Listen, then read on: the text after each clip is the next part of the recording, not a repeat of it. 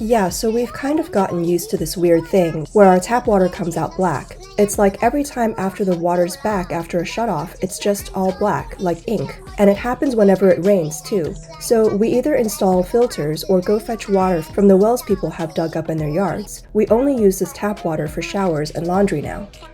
Under the governance of the Chinese Communist Party, the people of China endure numerous hardships, breathing smog-filled air, consuming toxic food, living in poorly constructed buildings, and even facing the possibility of poisonous drinking water. Recently, hundreds of residents in the Jinfeng Yipin residential neighborhood in Yuci District, Jingzhong city of Shanxi province, experienced symptoms such as vomiting and diarrhea, suspected to be caused by contaminated tap water. A resident of the community told reporters that they noticed a pungent odor in the tap water recently, and their family started showing symptoms like vomiting, diarrhea, fever, dizziness, and nausea on December 27th. Around that date, a large number of residents in the neighborhood began showing similar symptoms. Initially, everyone thought it was an isolated issue in their own homes, but later realized that many in the community were suffering from similar symptoms, leading to suspicions about the tap water. On December 28th, a local netizen posted, "Drinking water led to vomiting and diarrhea with a high fever of 38.9 degrees. Ms. Zhang, a homeowner in the neighborhood, told media reporters that her child had severe vomiting and has since gone to the hospital.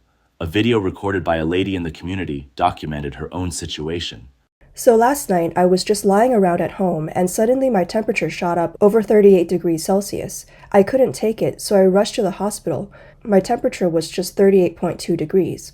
I live in Jinfeng Yipin. I'm actually feeling really awful right now. I haven't eaten anything today, but feel super nauseous and achy all over. They took my blood pressure and drew some blood at the hospital. After waiting around for like 40 minutes, the test results showed that I had the norovirus. There's no specific medicine for it, so the doctor just gave me some stomach meds. As a homeowner, I just don't want my medical bills reimbursed, you know? I really want to know what's actually going on." Norovirus is a zoonotic pathogen that can cause acute gastroenteritis in humans and a variety of animals, leading to severe diarrhea. It is also an important cause of foodborne diseases, known for its high contagiousness and rapid spread. The neighborhood's property management staff stated that they do not have detailed statistics on how many residents are experiencing discomfort, as many have gone to hospitals on their own, with most showing symptoms of vomiting and diarrhea. On the morning of December 29th, a local community worker stated that there are over 1,400 households in the community, with at least 100 households experiencing symptoms like vomiting and diarrhea. After the incident, relevant departments were contacted to sample and test the community's tap water. On December 29th, one resident said, "In our neighborhood, more than 200 households, nearly 1,000 people are affected, and currently, there's no explanation." Other locals said, "A thorough investigation is a must. The community has many elderly and children who have weaker immune systems. Even people in their 20s can't bear this situation." On December 29th, local government departments announced, after testing the excrement of the patients, norovirus type 2 was detected in some. Upon testing the community's drinking water, all indicators met the drinking water standards. This is typical of the Chinese Communist government. In the face of hundreds suffering from vomiting and diarrhea due to allegedly contaminated tap water, they still assert that the community's drinking water meets all drinking water standards. Of course, if the CCP's testing institutions were to report that the drinking water quality does not meet the standards, it would amount to admitting that even basic water safety for the public is not guaranteed. This would stir public unrest. If accountability is pursued, officials would not escape responsibility. Moreover, testing institutions, often government-affiliated entities, dare not offend government officials. So either way, it's most beneficial for the officials to blatantly lie and declare the water quality as safe. This is a typical situation of what should be independent, third-party testing institutions actually colluding with government officials. It's also noteworthy that the official media emphasize testing the drinking water samples. This means, if there are doubts about the testing results, they can deflect blame on the sampling process. Retesting would require new samples and would lead to an endless dispute. Additionally, testing the water samples incurs a cost. Coincidentally, starting from December 14th, residents of the 8th District of Greenland, Binhu International City in Zhengzhou City, Henan Province, experienced symptoms like vomiting and diarrhea after consuming tap water. Residents initiated a diarrhea and vomiting chain in the neighborhood's WeChat group, with 99 people participating. Residents reported that all 4 members of a family suffered vomiting and diarrhea, and some mentioned that their family members had already sought medical treatment. The residential area consists of 14 buildings, most of them 34 stories high, housing over 700 households. The exact number of residents experiencing symptoms is unknown.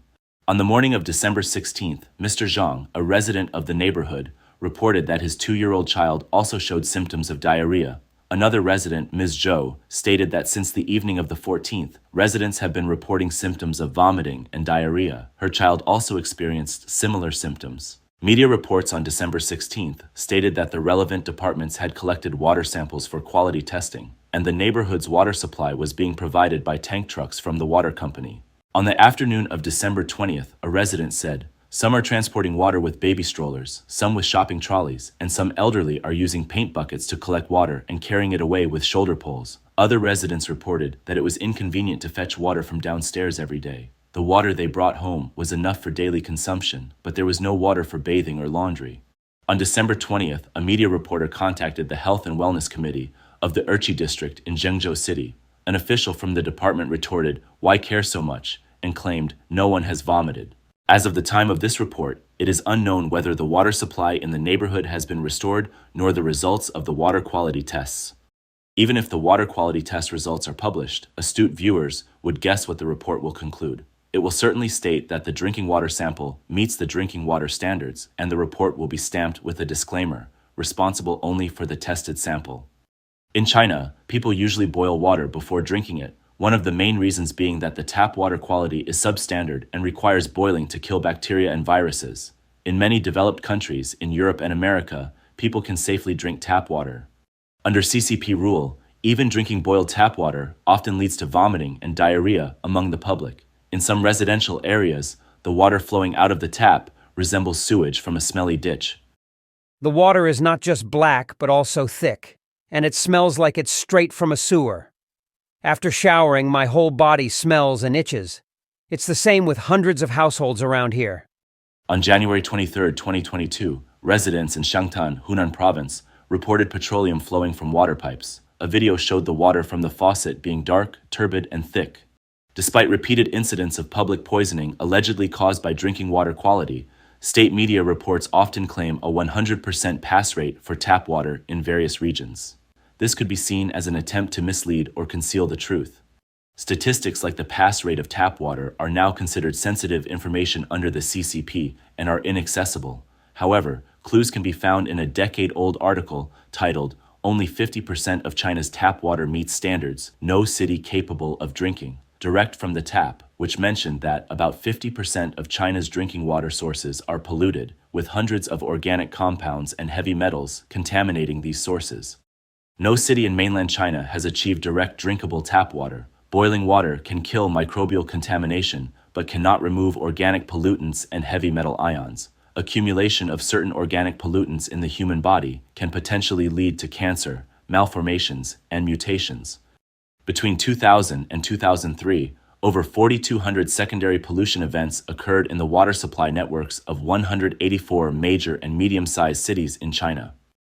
The CCP has historically prioritized urban residents over rural populations in terms of social welfare. With frequent safety incidents in urban drinking water, rural areas fare even worse. Ensuring uncontaminated water sources and protecting the environment is essential for meeting drinking water standards. However, the CCP's approach, rooted in the mentality of going against the forces of nature, focuses on economic benefits, and its proclaimed environmental protection often turns out to be deceptive. This is similar to the CCP's claims of serving the people wholeheartedly, whilst ordering the military to massacre thousands of students and innocent citizens in Tiananmen Square in 1989.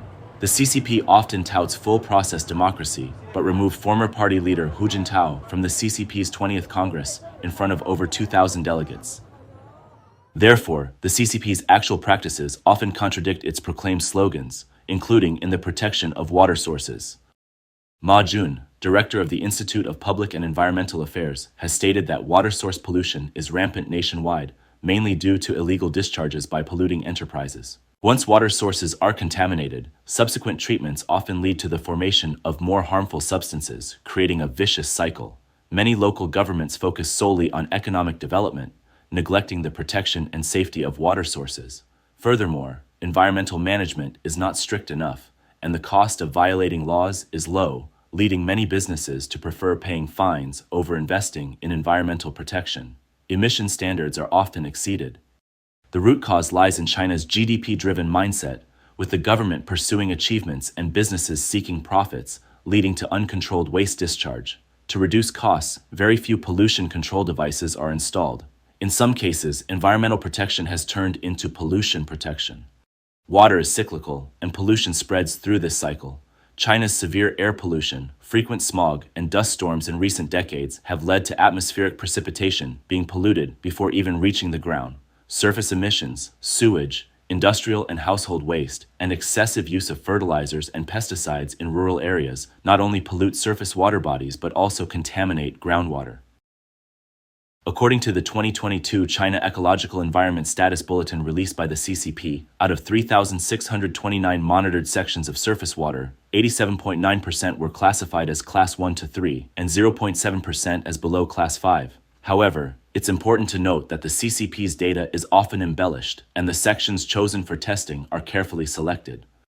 The late Liu Wenjun, former professor at Tsinghua University's School of Environment, mentioned in an interview that, according to national policies, only water sources classified as Class 1 or 2 could be used as drinking water sources. However, due to the scarcity of such sources, Class 3 water was also deemed acceptable for drinking, with about half of the existing sources meeting this standard. Chinese lakes are severely polluted. Among 204 monitored lakes and reservoirs, 60% are mesotrophic, meaning with an intermediate level of nutrients, and 24% are mildly eutrophic, which is rich in nutrients. In major freshwater lakes, Taihu Lake's water quality is mainly Class 4, Chaohu Lake is Class 4 and 5, and Dianchi Lake is primarily Class 5. According to Chinese water quality standards, Class 4 water is used for general industrial use and recreational areas without direct human contact. Class 5 water is for agricultural use and general landscape requirements. Below Class 5 water has virtually lost its water function. Out of 1,890 monitored groundwater environment points nationwide, 77.6% were classified as Class 1 to 4 and 22.4% as Class 5. It's important to note that specific proportions for each water quality class were not provided for groundwater monitoring points. The 2020 China Ecological Environment Status Bulletin described urban sewage, industrial wastewater discharges, and overuse of agricultural pesticides and fertilizers lead to groundwater pollution. Among the 10,242 mostly shallow groundwater monitoring points, Class 4 accounted for 33.7%, and Class 5 for 43.6%. Pollution is the main factor affecting groundwater quality. Aside from hydrogeological and chemical factors, groundwater is slow to renew, making it difficult to manage and remediate problems caused by over-extraction and pollution. Although the latest statistics on water pollution incidents are not available, previous reports can be found. According to a China News Service report, from 2004 to 2014, China experienced over 1,700 water pollution incidents annually. In March 2014, data released by the Ministry of Environmental Protection showed that 250 million Chinese residents live near key polluting enterprises and traffic arteries, and 280 million use unsafe drinking water. Nationally, water sources not meeting standards are 11% of reservoir water, approximately 70% of lake water, and about 60% of groundwater. Under the governance of the CCP, incidents of water source pollution occur frequently. Starting December 23rd, residents discovered yellow-green flocculent suspensions in the Lujiang River in Luzhu City, Guangxi Autonomous Region.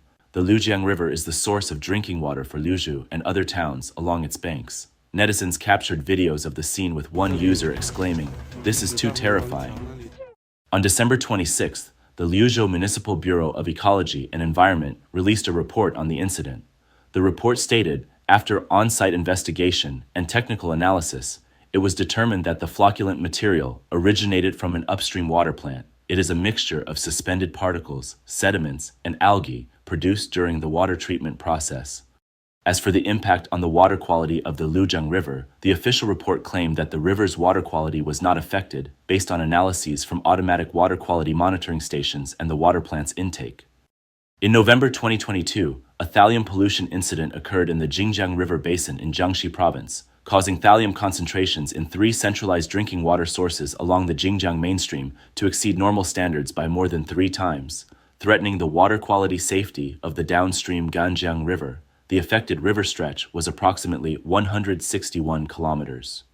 According to data published by the China Commercial Industry Research Institute, China's sewage discharge volume in 2022 was about 63 billion cubic meters, a year-on-year increase of 6%. The institute's analysts predict that sewage discharge volume would have reached 65 billion cubic meters by the end of 2023. There have been many water pollution cases in China, with the most severe being the major water pollution incident in the Huai River basin in 1994. From July 14 to 16, 1994, approximately 200 million cubic meters of polluted water were released into the Huai River during flood discharge from the Ying River sluice, drastically deteriorating the water quality. The water turned turbid and foul-smelling, with foam covering the river surface. In the Huai River section near Huainan City, the water color reached 60 degrees. The Huai River is the drinking water source for millions of people in cities and towns along its banks, including Huainan, Bengbu, and Shui County. Residents along the river, despite treated tap water, suffered from nausea, diarrhea, and vomiting. The polluted water traveled over 300 kilometers along the Huai River, reaching Hongzi Lake via Shui County on July 28th. At that time, the water in the Shui section of the Huai River turned green and yellow, worse than Class 5 water quality, totally losing its water function. The pollution incident forced water plants along the river to halt water supply for 54 days, leaving millions without drinking water. After spending 60 billion yuan over 10 years for pollution control, the water quality of the Huai River gradually returned to its 1994 level by 2004. In recent years, the water quality of the Huai River has further deteriorated rapidly, with 60% of the water body completely losing its water function. Some sections are so polluted that even mosquitoes and flies have disappeared. In 2013, the book Atlas of the Huai River Basin Water Environment and Digestive Cancer Mortality by Yang Gonghuan and Zhuang Dafang was published. Utilizing existing monitoring data, the atlas analyzed changes in water environment and local population death causes, particularly digestive tract tumor mortality, over 30 years from 1983 to 2013 in the Huai River Basin. It confirmed a direct link between high cancer incidence in the Huai River Basin and water pollution. It can be seen in the numerous cases throughout history. The CCP remains unchanged in essence, regardless of whether it appears as a wolf warrior or a sheep. Its nature remains consistent.